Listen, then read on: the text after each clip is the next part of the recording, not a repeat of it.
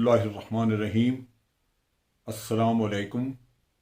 आप देख रहे हैं डीडीपी एनालिटिका। आज हम बात करेंगे पीडीएम के जलसे के बारे में जो कि गुजरांवाला में हुआ। जलसा एक सियासी एक्टिविटी है। हुकूमत को कोई रखना अंदाजी, कोई रुकावट नहीं करनी चाहिए उसमें, ताकि एक सियासी एक्टिविटी जो है वो खुले बंदों खुले तरीके से की जा सके। और ये किसी भी पार्टी का जलसा हो, उसमें किसी किस्म की रुकावट नहीं बनना चाहिए। बात यह है कि जलसा तो हो गया, बड़ा है, छोटा है, बहुत बड़ा है, ये चीज़ें तो टेलीविज़न चैनल्स दिखा रही हैं। कभी वो 2014 का पीटीआई का जलसा दिखाते हैं, फिर ये 11 पार्टियों ने जो मिल के लोग जमा किए हैं फिर वो दिखाते हैं। तो एक मवाजना सा किया जा रहा है मीडिया पे, लेकिन मेरा कंसर्न वो मवाजना नहीं है। जलसा कामयाब हो, बहुत बड़ा हो, बड़ी अच्छी बात है। असल चीज़ है क्या कि ये जलसा, ये सारा उबाल जो है वो किया क्यों जा रहा है, ये बड़ी सोचने की बात है।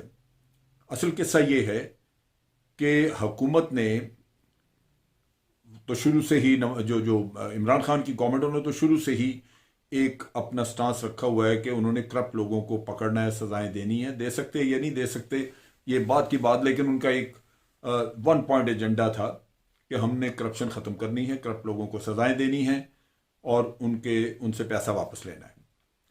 अब बात यह है कि जो करप्ट तबका है वो कैसे ये कबूल कर सकता है कि कोई ऐसा आदमी हुकूमत में बैठ जाए जो उनसे करप्शन का माल भी वापस ले और फिर उनके पॉलिटिकल कैरियर भी ख़त्म हो जाए, जेलों में चले जाएं। ये तो किसी को भी अच्छा नहीं लगेगा। जिन्होंने खाया वो कभी मानते भी नहीं, और अगर माने या अगर मजबूरन उनको मानना पड़े तो देते तो नहीं है लोग वापस। आज करप्ट लोगों के पास इतना ज़्यादा पैसा है कि वो रियासत के अदारे खरीद सकते हैं, रियासत से ज़्यादा ताकतवर है वो, तो वो आसानी से तो आपके हाथ नहीं आते। अब इस सूरत हाल में जो करप्ट लोग हैं, जिन्होंने पैसा बनाया, जिनका पैसा नज़र भी आता है, वो आज जलसा करके पॉलिटिकल एक्टिविटी जितनी भी कर रहे हैं वो अवाम के नाम पे कर रहे हैं। वो कह रहे हैं जनाब कि अवाम भूखे मर रहे हैं, अवाम की मुश्किलात हैं, बहुत हैं, और हुकूमत को हल करनी चाहिए। उसका कोई दूसरा और रास्ता नहीं है।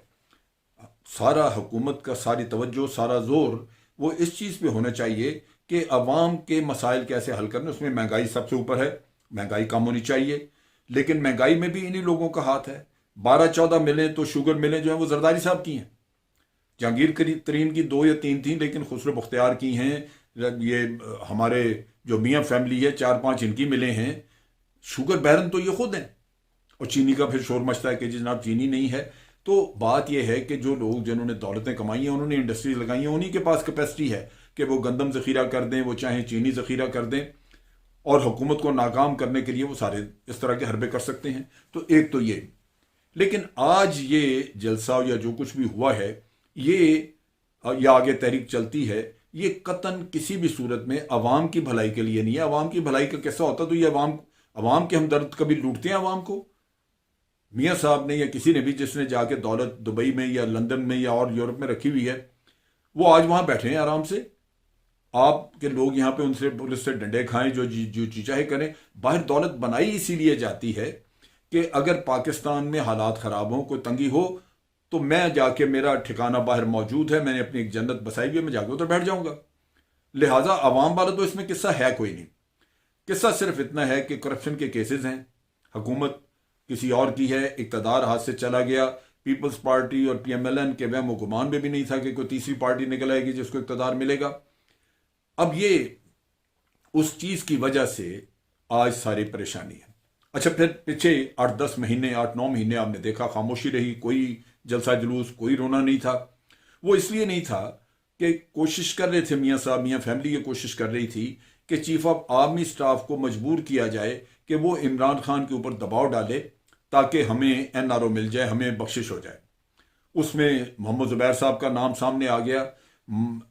ये मरियम सफदर ने अभी एक इंटरव्यू दिया आसमा शराजी साहिबा को, उसमें उन्होंने खुल के जिक्र किया कि शहबाज शरीफ साहब को भी ये टास्क दिया हुआ था कि वो मफाहमत की सियासत करें और मकासद हल करें। जब मकासद हल नहीं हुए, ज़ुबैर साहब का भी मिशन फेल हो गया, शहबाज साहब का भी मिशन फेल हो गया, और अब शोर मच गया।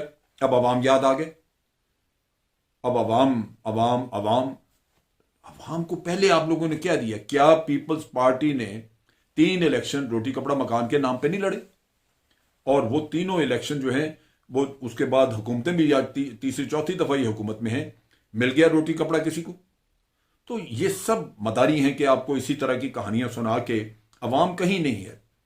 इमरान खान ने वादे पूरे करने हैं, नहीं करते 5 साल बाद, 5 साल तक उठा के बाहर मारे। लेकिन हमें को लीडरशिप चाहिए। आज मुल्क में लीडर्स नहीं है। अवाम को लीडर्स के पीछे जाना चाहिए। लीडर्स को ये तो जो जिनको हम लीडर बना के बैठे हुए हैं, जिनको वोट दे के हम आ जाते हैं, जिनके जलसों जुलूसों में डंडे खाने के लिए लोग जाते हैं, वो तो लीडर नहीं है। वो तो बाहर बैठे आराम कर रहे हैं। आपकी जान को आए जो भी मुसीबत हो, उनको क्या है? तो ये सोचना होगा कि हमने जो लीडरशिप की क्राइसिस है इसको हल करना है। हमारे मुल्क में जेन्युइन लीडर नहीं है। जेन्युइन लीडर्स को आगे आना चाहिए। पढ़े लिखे लोग हैं, अच्छे घर के लोग हैं, या गरीब गुरबा का भी अगर बच्चा पढ़ा लिखा है, उसका मेरिट बनता है कि वो लीडर बने, वो आगे आए। लेकिन ये पॉलिटिकल पार्टियां जो कि बिल्कुल एक खानदानी बिजनेस की तरह चलाई जाती हैं, ये कभी भी किसी को लीडर नहीं बनने देंगी। ये आगे आने नहीं देती किसी को। ये अपने उन नालायक बच्चों को जो जो जबरदस्ती जिनको आगे कर करके इन्होंने उनको लीडर बनाया हुआ है, वो लीडर तो नहीं है। जो बच्चे पले बड़े इसी माहौल में, जहां मनी लॉन्ड्रिंग थी, जहां झूठ था, चीटिंग थी, सब हेरा फेरियां थी, उस माहौल में पले हुए बच्चे आपके लीडर बन जाएंगे। तो आपको भी सोचना है अवाम को कि हमें लीडर ढूंढने हैं, और ये हमारी जिम्मेदारी है। अगर हम वक्ती लालचों की वजह से, वक्ती मुफाहमत की वजह से, अपने मफादात की वजह से अगर हम ये मौका खो देते हैं, तो फिर हमें खमियाजा भुगतना होगा, कौम को भुगतना होगा। अब बात यह है कि आज फिर मियां साहब ने तकरीर की, और उसमें फिर बाजवा साहब आपको जवाब देना होगा। बाजवा साहब किस बात का जवाब दें भी? बाजवा साहब ने अपनी जायदादों के जारी कागजात जमा कराए हैं सुप्रीम कोर्ट में। बाजवा साहब ने, ये पनामा में उनका नाम आया है। बाजवा साहब लंदन में बैठे हुए माल खा के आज जवाब मांग रहे हैं। भाई किस बात का? आपने जो शख्स जाली कागजात अदालत में पेश करता है और वजीर आजम भी कहलाता है, लीडर भी कहलाता है, वो जाली काम करके जाली वोट नहीं भुगता सकता, जाली इलेक्शन नहीं लड़ सकता। ये जाली वोट डालें, सब कुछ करें, इलेक्शन ठीक। और अगर किसी का जेन्युइन इलेक्शन भी हो तो वो भी आप उसका फौज पे डाल दें।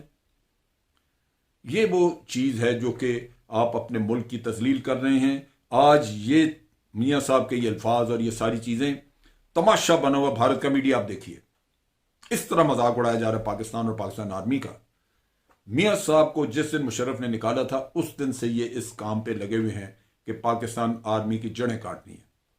इन्होंने 1999 में लंदन में अखबारों में इश्तिहार निकलवाए जिसमें था कि रोग आर्मी, पाकिस्तान आर्मी रोग आर्मी। ये आर्मी कुर्बानियां देती है, जाने देती है। अभी कल की बात है, ये इतनी कुर्बानियां दे के तो क्या आपको क्या करे, लूटने दे कि लूट लें, खा जाएं?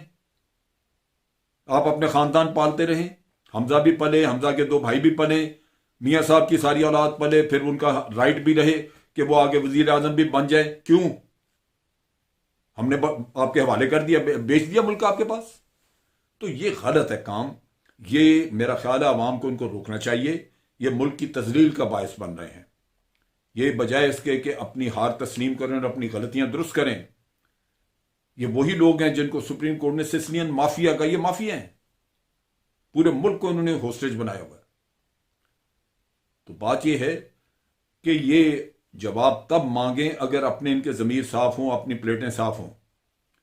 अगर खुद ईमानदार, खुद बिल्कुल स्ट्रेट फॉरवर्ड हों, कभी को हेरा फेरी ना की हो, तो आप लीडर होंगे। और लीडर हैं तो फिर आपका हक बनता हर किसी से जवाब मांगे। लेकिन आज जवाब आपसे हमने लेना है कि वो पैसा कब वापस करेंगे जो आप ले गए।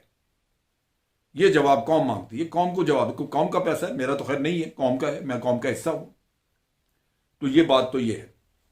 दूसरी बात, पिछले दिनों उन्होंने जहीरुल इस्लाम जो उस वक्त के DGIS थे, उन पे इल्ज़ाम लगाया कि उन्होंने किसी को भेजा था और ये कहा था कि आप मियां साहब इस्तीफ़ा दे दें। इस्तीफ़ा मैंने नहीं दिया, मैंने कहा कि निकल जाओ, कौन होता है इस्तीफ़ा देने वाला? अल्लाह जाने वो कौन आदमी था, मियां साहब को बताना चाहिए।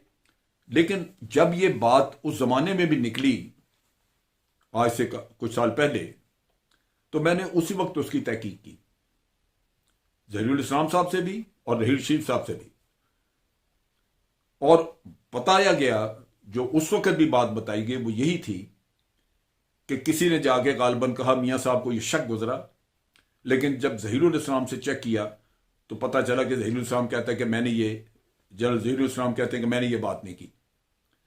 और बात मेरी भी समझ में आती है, उसकी वजह यह है कि ज़हीरुल इस्लाम का कोई इख्तियार नहीं।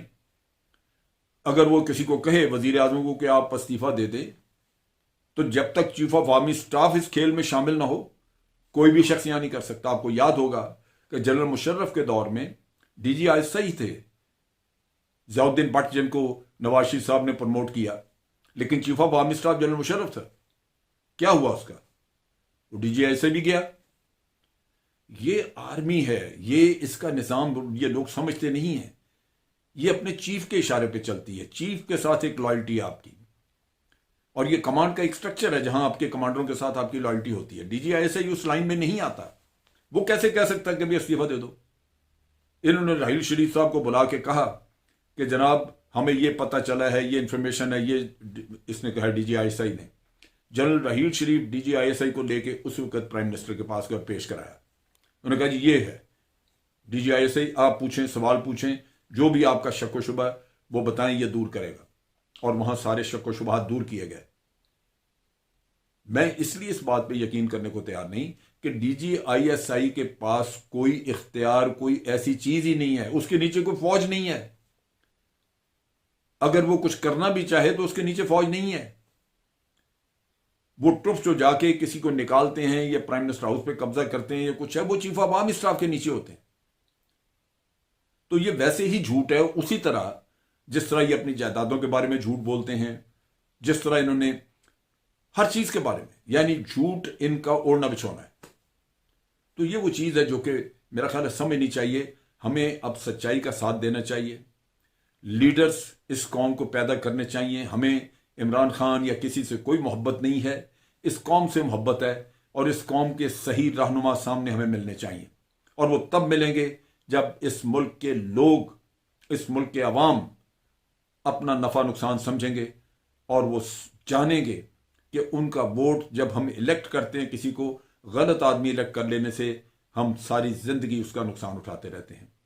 इसके लिए सही लीडर चुनना जो वाकई अवाम के लिए काम करे, अपने लिए नहीं, अपने खानदान के लिए नहीं कि अपना खानदान पाले, अपने रिश्तेदार पाले, अपने जायदादें बाहर बनाए और मजे करे।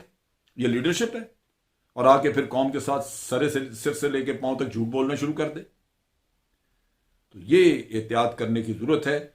मेरी दरख्वास्त है पाकिस्तान के अवाम से कि खुदारा इन लोगों के मुंह बंद कराएं जो आज मुल्क के खिलाफ हर्जासराई कर रहे हैं। एक तरफ अफवाज पाकिस्तान एक बहुत संगीन किस्म की जंग लड़ रहे हैं, दूसरी तरफ इंडिया आपकी गर्दन पे बैठा हुआ है, और इधर एक ये हजरात हैं कि जो अंदर से जड़ें काट रहे हैं। इनके मुंह बंद कराएं, और उसके साथ साथ जरूरी है कि आइंदा के लिए एक सही अच्छे लीडर का इंतखाब करें जो आपके मुल्क को आगे चलाए, जो अपने लिए नहीं इस मुल्क के लिए काम करे। पाकिस्तान जिंदाबाद, अफवाज पाकिस्तान जिंदाबाद।